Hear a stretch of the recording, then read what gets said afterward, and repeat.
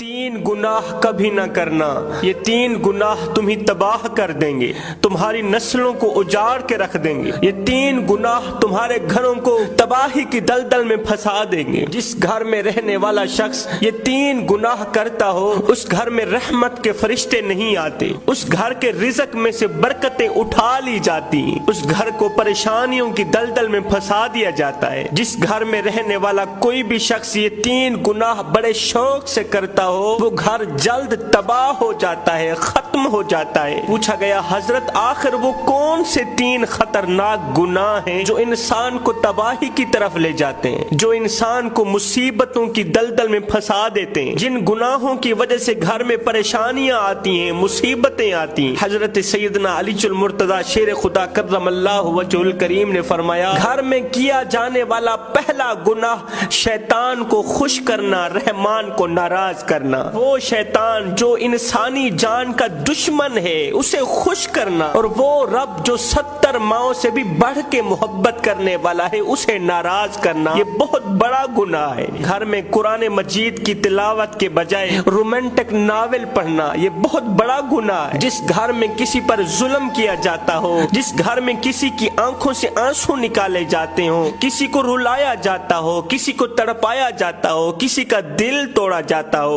जिस घर में शराब नोशी की जाती हो, फरमाया ऐसे घर में रहमत के फरिश्ते नहीं आते। आज किस किस का रोना रोया जाए। मस्जिदों में पड़ी चटाइयां हमारा इंतजार कर रही, अलमारियों में पड़े हुए कुरान पढ़ने वालों के मुंतजर हैं, पता नहीं पढ़ने वाले कहाँ मर गए। हमने कुरान उठाया, घर की अलमारी में रख दिया सिर्फ बरकत के लिए, कि हमने सुना है कि कुरान रखने से घर में बरकत आती है। और कुरान रखने से घर में बरकत तो आती है, लेकिन कुरान ना पढ़ने से रहमान नाराज भी होता है। हम एक लम्हे के लिए अपने अंदर उतरे और सोचें कि इस वक्त हम जो जो काम सर अंजाम दे रहे हैं, क्या वो काम अल्लाह रसूल को पसंद है या नहीं। हयो पढ़ पढ़ आलिम फाजिल होयो, ते नाम रखाया काजी, 100 वारी तय हजवी कीता, ते नाम रखाया हाजी, ओ फड़ फड़ हथा विच तलवारा, ते नाम रखाया गाजी, बुल्ले शाह कुछ खटिया इहो, अज त रब भी नहीं कीता राजी। सारी जिंदगी दी कमाई इहो निकली, आज उस रब को भी राजी ना कर सकी जो एक माँ से नहीं 70 माओं से भी बढ़ के मोहब्बत करने वाला है। फरमाया पहला गुनाह जिस घर में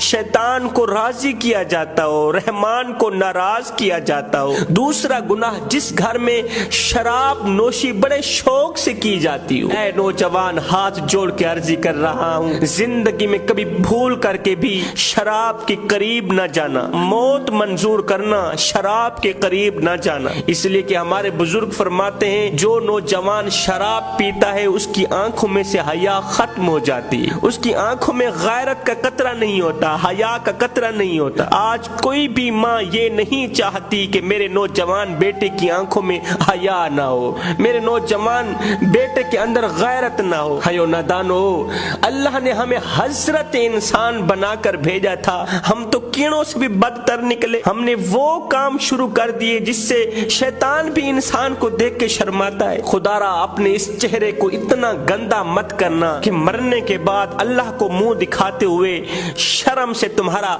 सर झुक जाए। शब रोज आवारगी में गुजारने वालों, पानी की जगह शराबें पीने वालों, सच की जगह झूठ बोलने वालों, सूद का कारोबार करने वालों, मुझे इतना तो बता दो, मरने के बाद अपने रब को क्या मुंह दिखाओगे? यही काली शक्ल लेके जाओगे? यही गुनाहों में डूबी हुई शक्ल लेके जाओगे? यही गंदी शक्ल लेके जाओगे? ये गंदी शक्ल लेकर मदीने वाले को मुंह दिखाते हुए तुम्हें शर्म नहीं आएगी?